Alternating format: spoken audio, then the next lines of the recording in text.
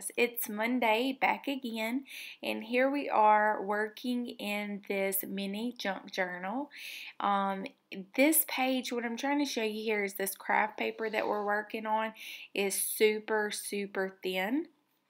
So I already knew I needed to do some type of collage to make this a little more sturdy and durable for the long haul. So I'm going in with some gesso at the top, and then I'm going to take that collage bit, which is jelly print and watercolor. And I'm going to dig in that with a little gesso to get the page started this morning. Happy Monday. I hope you have some coffee. I'm drinking on mine. And I'm just creating that texture with the napkin there that you see. I'm going to go in with my favorite glue, which is the Oohoo glue stick, and I'm going to go ahead and glue that collage bit down. And this will kind of be the springboard for this page.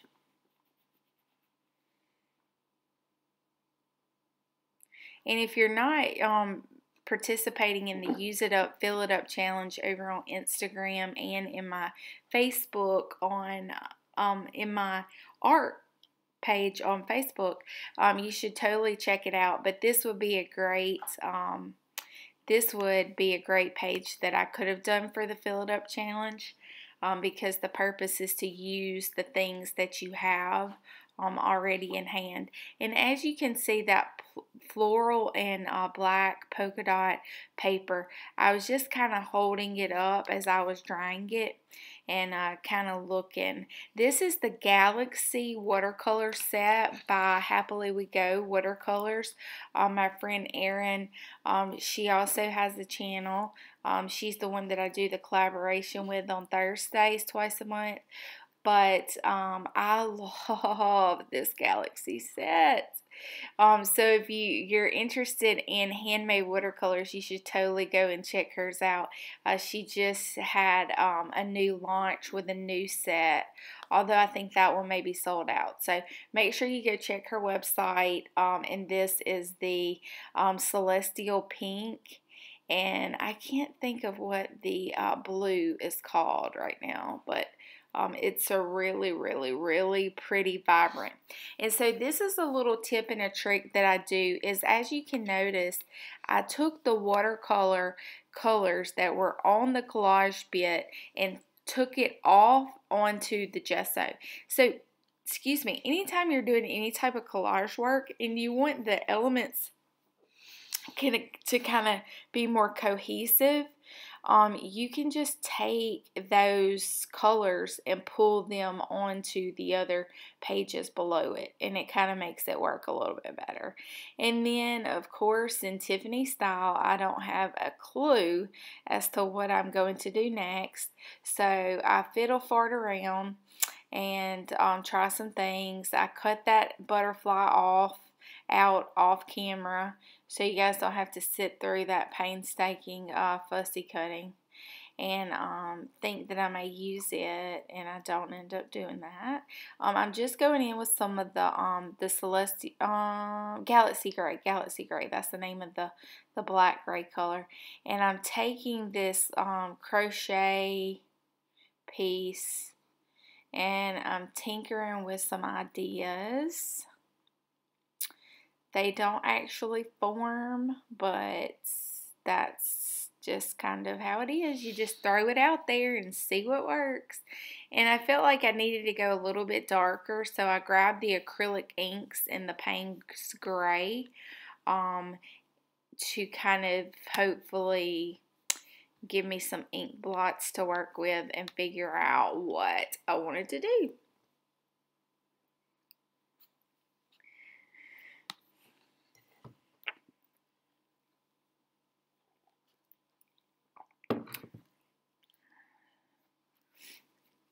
And the crazy part is you're not really even going to see a ton of the background once I finally get myself together here. And then I'm playing with that butterfly. But all I kept saying is it looked too cutesy for the mood that I was in. Like, you know, sometimes. And then that's the Deco Arts crackle paste. I really love crackle paste, and so I was gonna go in and kind of see where that would take me. I really like the additional texture layer that it gives as it dries, and it really is best to let that air dry, but ain't nobody got time for that this morning, so I just made it go a little faster with my heat tool here. And yeah, you know, with it being the first of spring and stuff, I thought that the butterfly may be good, but it just was just too cutesy for Tiff, so.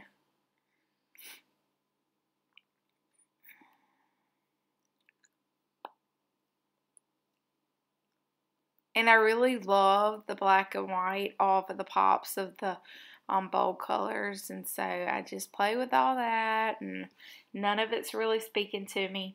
And then I had this page I'm showing you here. I had these stacks of watercolor faces that I had done, and I had ripped them apart, and so I took one face of like the eye part of one and another eye part of another one, and then I sewed it together, and it was sitting over there on my desk. So I thought, wow, I really like that, and I think that it's going to work nicely. So those are on watercolor paper. Okay, so they're a little bit more sturdy, which helps the durability of the journal. So one layer of the face on the bottom is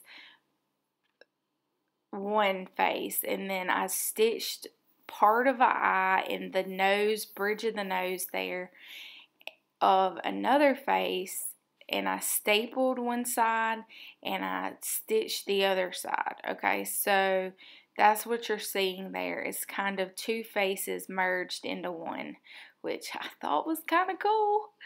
And so if you have faces that you don't just love by themselves, you can totally rip them apart and piece them back together. The other thing you can do is you can make a photocopy of that particular face and then tear out the elements. And then in a book, I found this word, and it says very irregular, and I thought it was perfect. So guys, thank you so much. I hope this gives you some great new ideas on how to kind of work with the faces that you have that you don't necessarily love. And then I'm going to, because I love pink, and I'm just going to go around her eye with a little pop of pink, and I love her. So thank you so much for joining me today. Please make sure that you click that subscribe button. It helps me out a lot. Leave me the thumbs up, and I would love it if you would leave me some comments. Until next time, have an amazing Monday. Toodaloo.